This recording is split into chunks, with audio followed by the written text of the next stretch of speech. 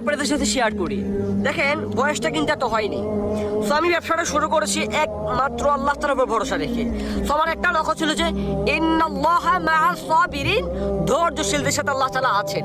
So আমি যদি এখন বিজনেসের নামই, আমার কি সেল হবে নাকি সেল হবে না, আমি কি ঠিকঠাক মতো পার্সেল সেল করতে পারবো নাকি পারবো না, আমি এটার দিকে ভাবি নাই। আমি ইন্নাল্লাহা মা'আস সাবিরিন, ধৈর্যশীলদের সাথে আল্লাহ তাআলা আছেন, এটা ভেবে মাঠে নেমেছি। সো আজ আলহামদুলিল্লাহ সুম্মা আলহামদুলিল্লাহ যে এটাই যে আল্লাহ তাআলা আমাকে আজ এতটুকু মানে এনে দিয়েছেন, আলহামদুলিল্লাহ। তো আমি পরিশ্রম করছি, আমার সেল হচ্ছে ভালো, আলহামদুলিল্লাহ। নিজে কষ্ট করছি, হ্যাঁ, এর পাশাপাশি দিনটাকে প্রচার করতে পারছি। সো আমাকে নিয়ে যাদের মাথা ব্যথা, আলহামদুলিল্লাহ তাদেরকে নিয়ে আমার এক পর্যায়ে মাথা ব্যথা নেই। সো জীবনে যদি সফল হতে চান, মানুষের কথায় কান দেওয়া যাবে না। জীবনে যদি সাকসেস হতে চান, তাহলে নিজে জার্নি করতে হবে, নিজে পরিশ্রম করতে হবে।